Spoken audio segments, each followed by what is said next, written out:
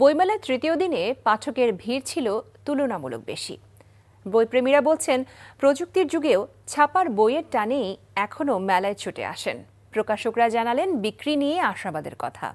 মেলায় আজ নতুন ৩২টি বই প্রকাশিত হয়েছে।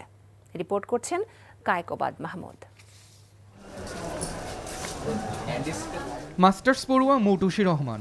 প্রযুক্তির যুগে অন্য অনেকের মতো তার বই পড়াও এখন অনেকটাই নির্ভরশীল স্মার্টফোন, ই বুক, অডিও বুকের উপর। তারপরেও বইমেলা আসলেই ছুটে আসেন মেলায়। ছাপার অক্ষরের বইয়ের যে আবেদন, এটা মনে হয় আমার মন থেকে কখনোই যাবে না। এবং এটা আমার না, আসলে যারা বই মেলায় আসে, বই কিনতে ভালোবাসে, বই পড়তে ভালোবাসে, তাদের জন্য এটা অন্যরকম একটা ব্যাপার। মৌটুসীর মতোই মেলায় আগত পাঠকরা জানান ছাপার বইয়ের প্রতি অমলিন আবেগের কথা। আমরা আমাদের এই বাঙালির যে টান, সেই টানেই আমরা এই পুরনো দিনেই ফিরে আসি।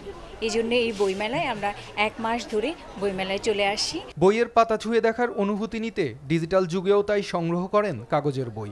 হার্ড কপি পড়া আলাদাই মজা, যেটা আমরা পড়ি, কিন্তু অনলাইনেও পড়া হয়। অবসর হিসেবে যে বই পড়ার ব্যাপারটা, ওইটার ক্ষেত্রে কাগজের বইটা অনেক ভালো। সময়ের সাথে মেলায় পাঠকের আগমনের পাশাপাশি বিক্রিও বাড়বে বলে আশাবাদী লেখক প্রকাশকরা। 1 সপ্তাহ বা 5-6 দিন যাওয়ার পরে আস্তে আস্তে মানুষের ভিড় বাড়তে থাকে।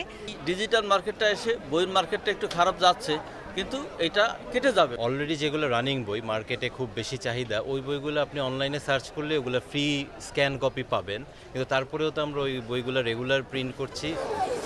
প্রযুক্তির বিকাশের মধ্যেও বইপ্রেমীদের মেলবন্ধনের জায়গা বইমেলা। বই পড়ার মাধ্যম হয়তো আরও পরিবর্তন হবে, কিন্তু ছাপার বইয়ের প্রতি ভালোবাসার টানে পাঠকরা ছুটে আসবেন অমর একুশে গ্রন্থমেলায়। Kaikobad Mahmud, NTV news, Dhaka.